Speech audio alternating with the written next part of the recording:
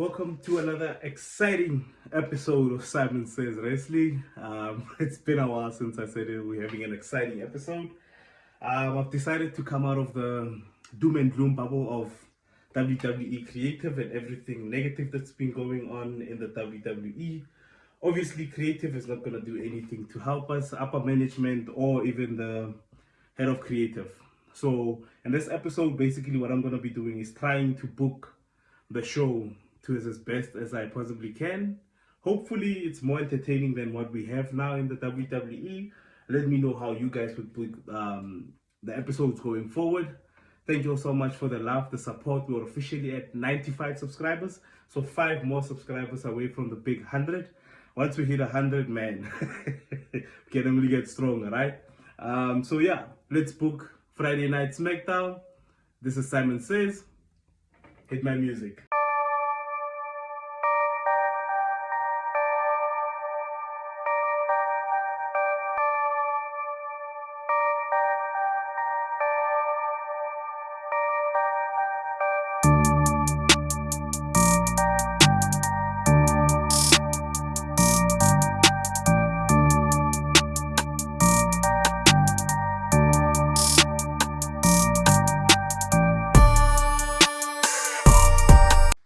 Thank you all so much for tuning in.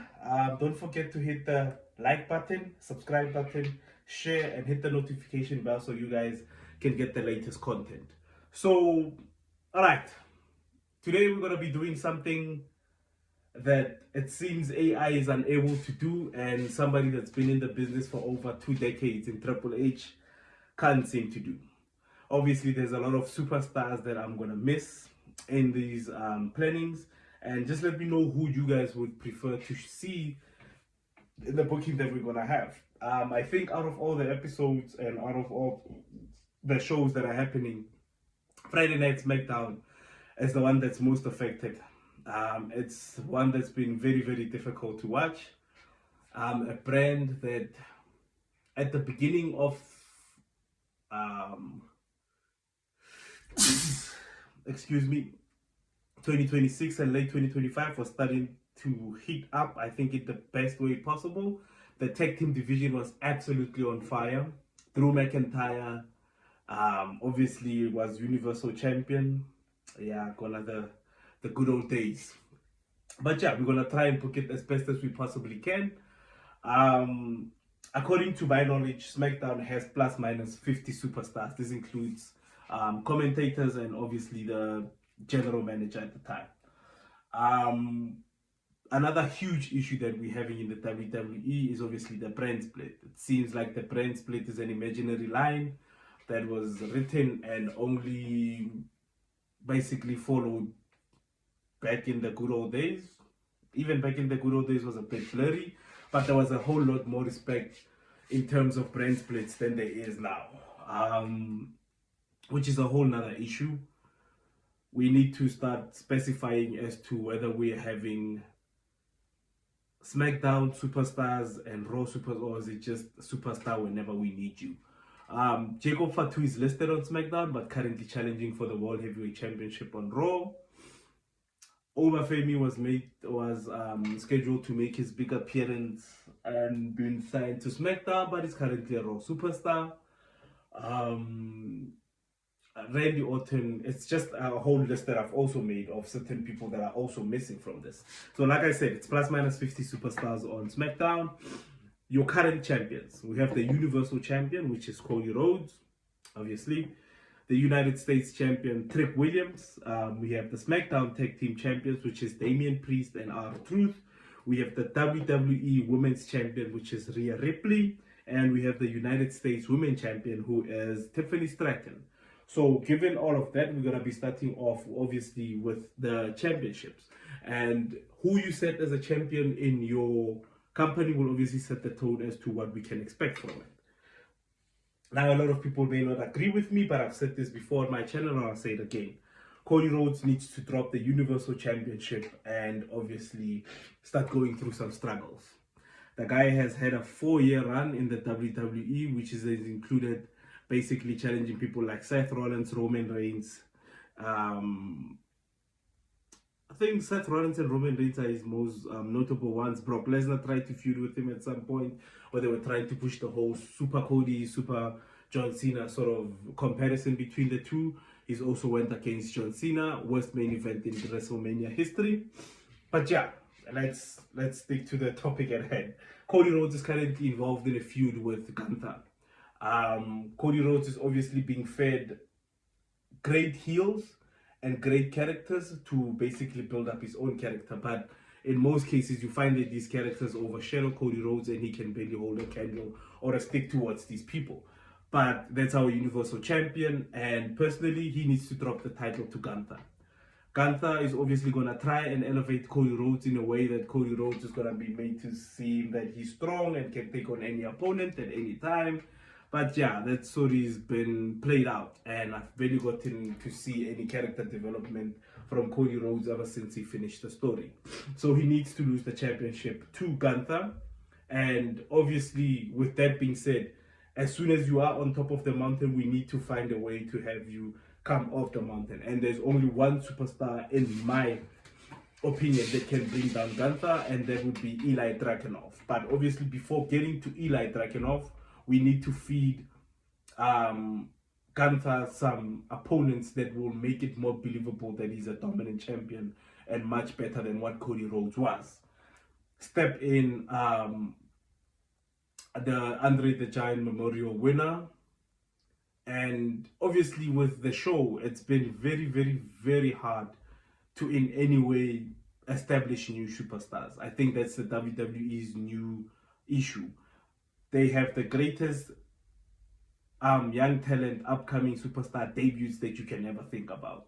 They present them in one of the best ways that you can ever think about or want to be presented as a superstar. But actually giving them matches and actual feuds that helps them grow with the audience, growing character-wise, that's where they lack. That's why I'm thinking at this point in time, we just label Triple H the Lord of Returns, the king of returns and the king of debuts, because obviously these people will establish a great name in NXT, establish a great fan base in that short time or whatever time that they're in NXT, and bring it to the main roster.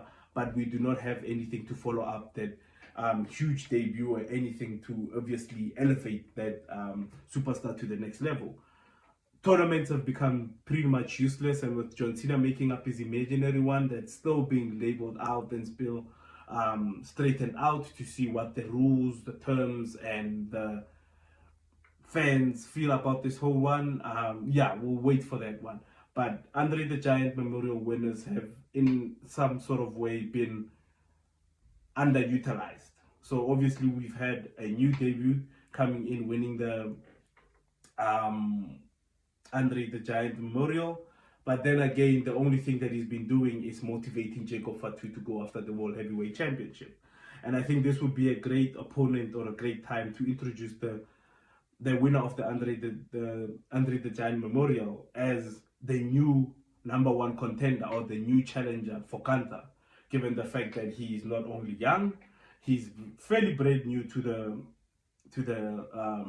WWE main roster. That would have a great look to go up against someone such as Gunther. So with Gunther, we can establish whether we want Royce Keys as obviously a babyface or a heel, but I think at this point in time, he's been presented more as a babyface. So it will be very, very interesting to see how Gunther would build him up. But I trust Gunther with young talent more than I trust him than Cody Rhodes. So I think that with him having won the Andre the Giant Memorial, he can step up and say to Gunther, I've taken over so many men. I think it's time I went for the main title and showed the old dogs, which is Gunther, Cody Rhodes, all the 40-year-olds in the company, that he's ready to take over the new scene and he's ready to lead into a generation of new superstars that will obviously cement themselves as upcoming future main eventers. So that would be obviously Gunther's first hurdle, Royce Keys. The reason why he's there is because he's won the Andre the Giant Memorial. If we're done with Royce Keys, we can have him go into a feud up to maybe 3 weeks with Gunther. Give him a platform on I would say, a PLE, one PLE main event or co-main event with Gunther as his challenger for the Universal Championship, and it would be great to see him build up talent. Smackdown the other issue that they have is that they do not have upper card talent that can challenge for this. Obviously, most of them are either occupied with a faction or going through tag team turmoils or being stuck in the mid card. Solo Sokoa, for me, with the trajectory that he had coming out of the bloodline and being the tribal chief, I think he would have been a great challenger to Gunther for that Universal Championship, given the fact that they cross paths and they've had extraordinary matches back in NXT. So this would be a great way to integrate Solo Sokoa into the main event scene and not have him just focusing on the United States Championships, the Tag Team Championships, and obviously for that to happen, Solo Sokoa would have to split up from the bloodline. He would have to be excommunicated.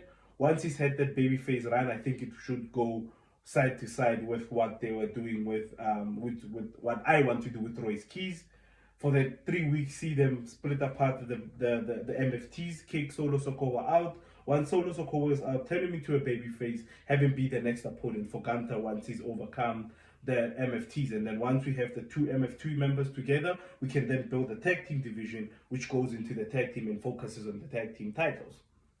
So, best way that, going back to how Cody Rhodes would lose his Universal Championship, have Randy Orton come out, kick his head off, cost him the Universal Championship match, give it to Gunther, then we can have Randy Orton versus Cody Rhodes, the way that it was supposed to happen before WrestleMania decided to put in celebrity parasites that basically fondled their way and politicked their way into the main event.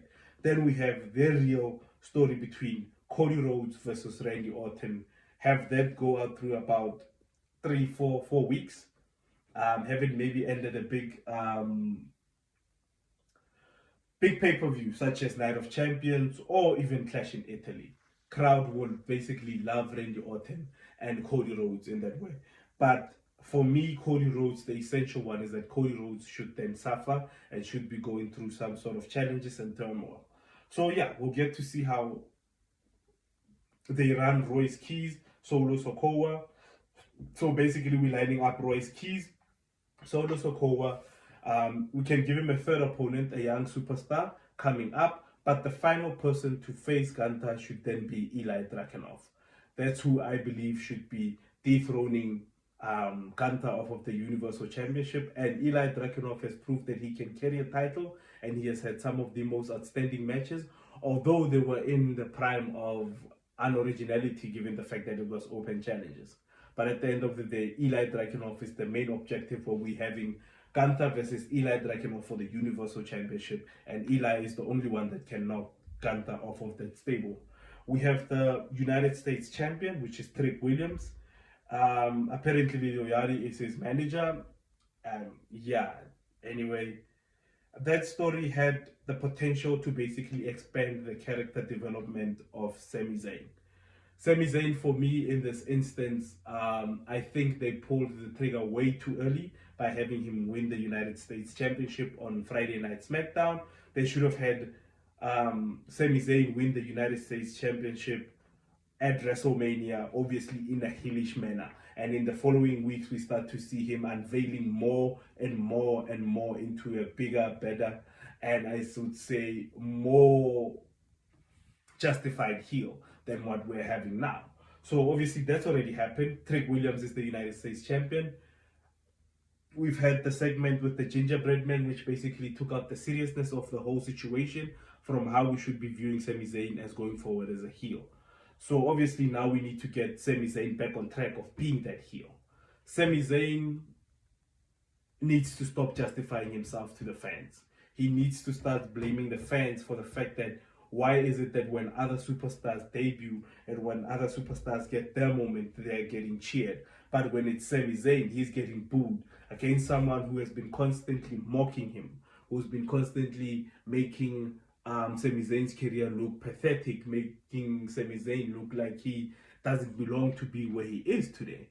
Why is it that they chose the side of someone from the NXT roster coming into the main roster, saying, you know what, I was with you guys when the bloodline terrorized them, you needed me and Kevin Owens, and we helped you guys out. When everyone else took the shortcut, Sami Zayn was always taking the long and right route. But when somebody comes in and makes fun of Sami Zayn, we turning up against him. He needs to start by blaming the fans.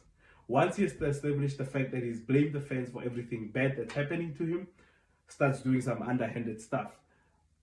First things first, get rid of Little Yachty.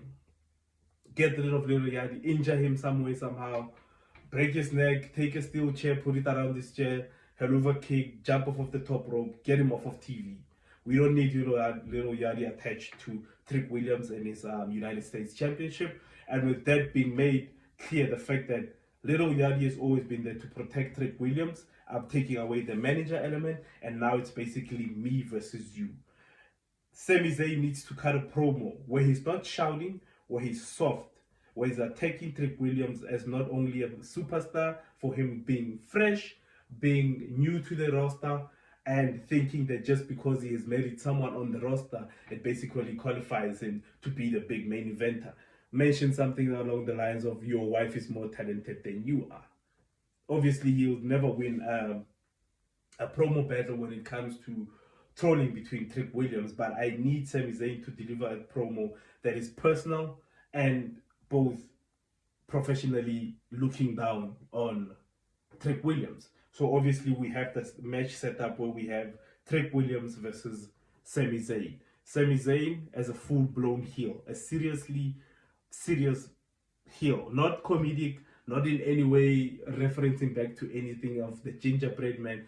That episode that we had with the Gingerbread, let it die the same way that the Gingerbread Man has died. We forget any of that ever happened, and we can have any other babyface come up to challenge Sami Zayn for this United States Championship. So now, with obviously Sami Zayn being a heel, Trick Williams will be entitled. Whatever happened to rematches? Do we still have rematches in the WWE, or is every contract just signed to say that once you lose for this match, you're never going to get a rematch?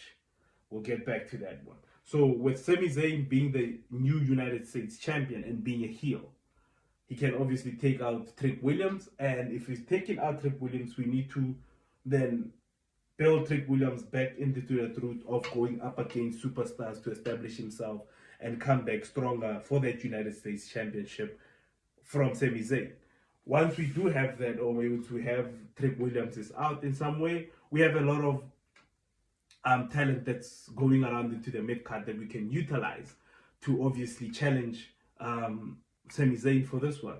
We have Tama Tonga, which is part of he's part of a tag team, so let's more rather take him off the list, and then we'll focus on having him basically focusing on the tag team division.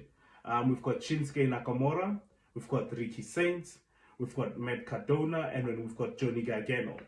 Obviously, there's a whole lot of history between Sami Zayn, Shinsuke Nakamura, and Matt Cardona. These can be the two personal factors that we introduce to basically point out the fact that, you know what, you've changed, Sami Zayn. We don't understand why you've changed.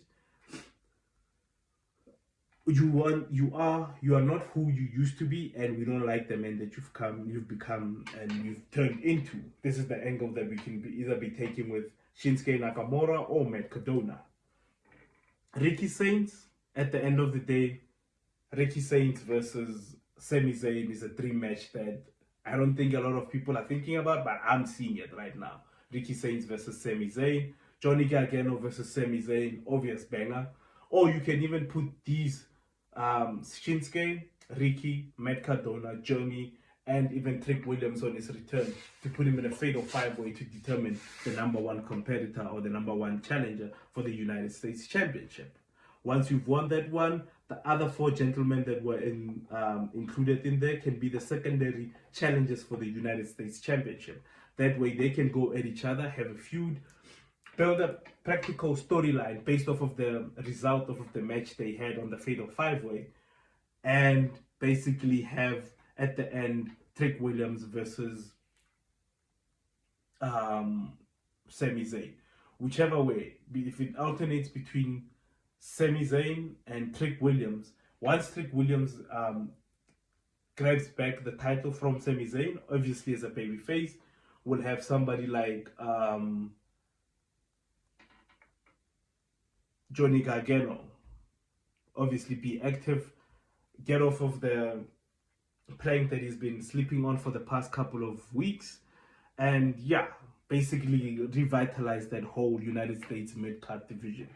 Mid-card donor is obviously being used as an add-on for now, and I think if he goes after a title like the United States Championship, it'll make good, and then it will give us an opportunity to see where he is skill-wise as to whether he can stay in the mid-card or challenge for the bigger titles. We've got Damian Priest and R-Truth, which are the current tag team championship. Not a lot going on with them story-wise. Not a lot that we can do actually since the releases have happened. A lot of tag teams have gone. Yeah, they're basically gone. A lot of people that we could have placed in the tag team division are no longer there. But yeah, in the tag team division, I think we've got Frexion, Angel and Berto, which were tagged on Monday Night Raw. Once again, not making sense as to why they were on Monday Night Raw when they're listed as WWE Smackdown superstars. Kid Wilson and The Miz have become a very, very, I would say, functioning tag team. More of a mentorship program, but at the end of the day, they are a tag team. So we can have them integrated into that whole tag team scenario, given the fact that at this point in time, Damian Priest and R-Truth do not actually have any worthy competitors that can come for those tag team championships. But at the end of the day, with what we have, Kid Wilson and The Miz, I think, obviously more occupied with Danhausen at this point in time.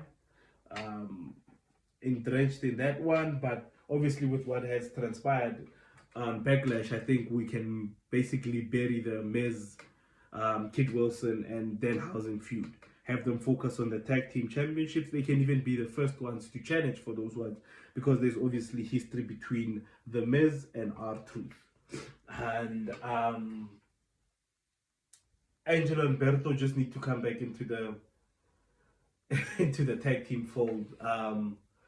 Rey Fenix would have been another awesome addition to the SmackDown tag team if he was actually moved, if his brother wasn't more involved in the Intercontinental Championship on Monday Night Raw. We could have moved Penta and had the we could have had Rey Fenix and Penta together challenging for the tag team championships, but obviously we're not going to have that. I think that the only way that you could make the story more interesting if you start actually building up more tag teams once again, start mentioning the fact that Damian Priest is starting to get bored with not having any challenges on Friday Night SmackDown.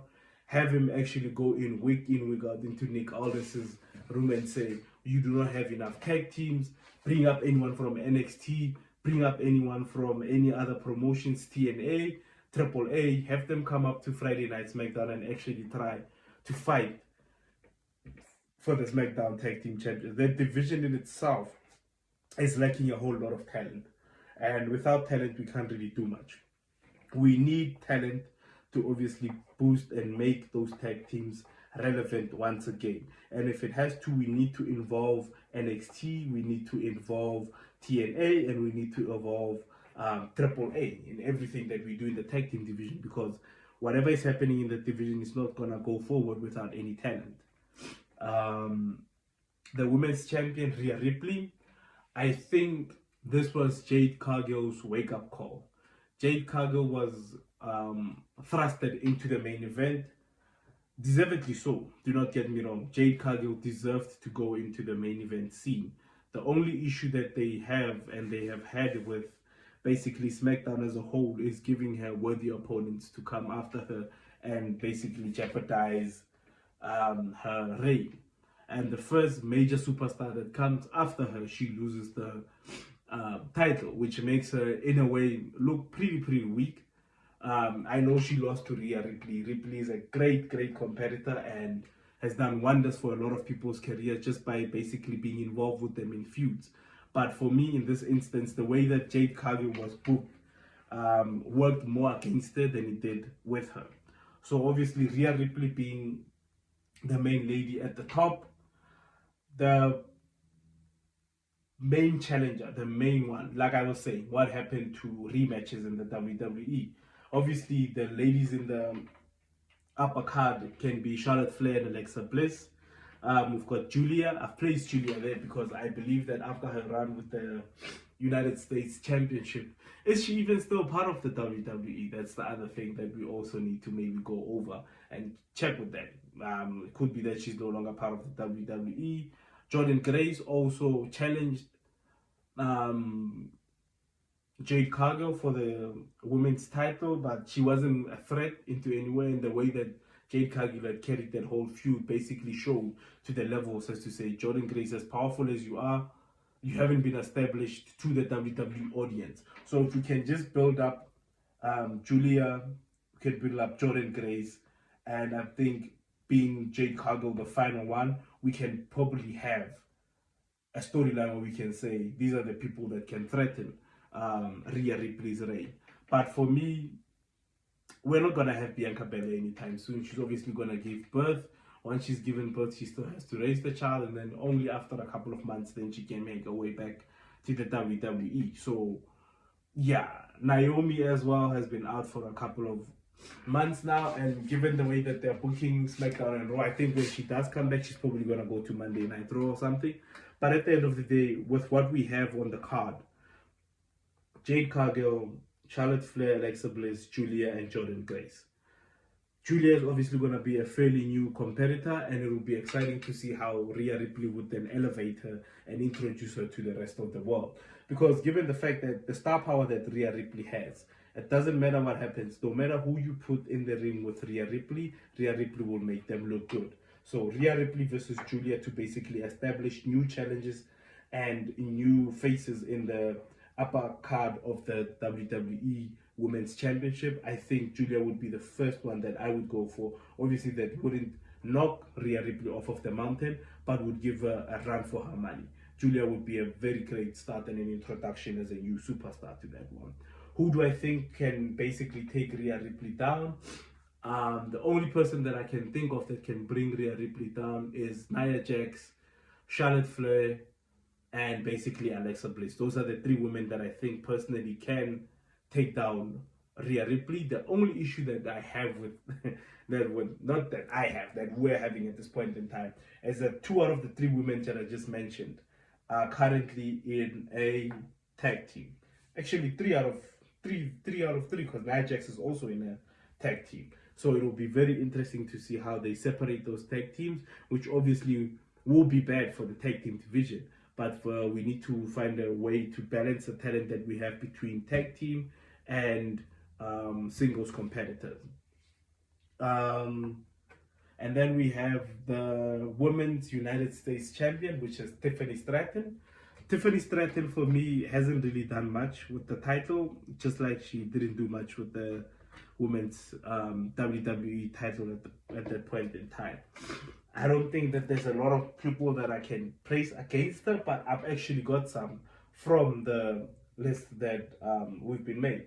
We've got BFAB, we've got Candice. Obviously, Chelsea Green is out on injury. She would have been the perfect candidate to carry that United States Championship because she brings an element of comedic effect, but also seriousness into challenging and making the match feel important. Kiana James as well. Like I said, I'm big on introducing superstars. I'm overseeing Tiffany Stratton versus Nia Jax. I want to see Tiffany Stratton versus BFAB versus Candice versus Kiana James, which would then, as much as the title is a mid-card one, it would then be used to elevate people going to having to challenge people such as Rhea Ripley for the Women's Championship. But yeah, like I said, these are what some of the changes that I would make. Obviously, they have a whole lot of great talent on Friday Night SmackDown. Some of the best talent, some of the best tag teams that have been in this industry, but they're not utilized on the given storylines. We need basically a supernatural element to SmackDown as well. Obviously, characters such as The Fiend, such as Uncle Howdy, such as the Undertaker. That housing is not gonna be the way that WWE is structured now, they are more about clicks, reviews, and reactions. So the more we react to how Danhausen is acting in a goofy, more comedic way, obviously they will keep him that way. But he has the ability to change characters and become something that's basically way better than what he's being presented, and it can be introduced as the new force of darkness in the WWE. But obviously, with Uncle Howdy having gone, it's going to be very hard to introduce the new force of darkness unless they can find someone from NXT that, in a way, can introduce that element. We need a supernatural element. We need to have, obviously, love stories that do not in any way implicate or change people's actual relationships in real life.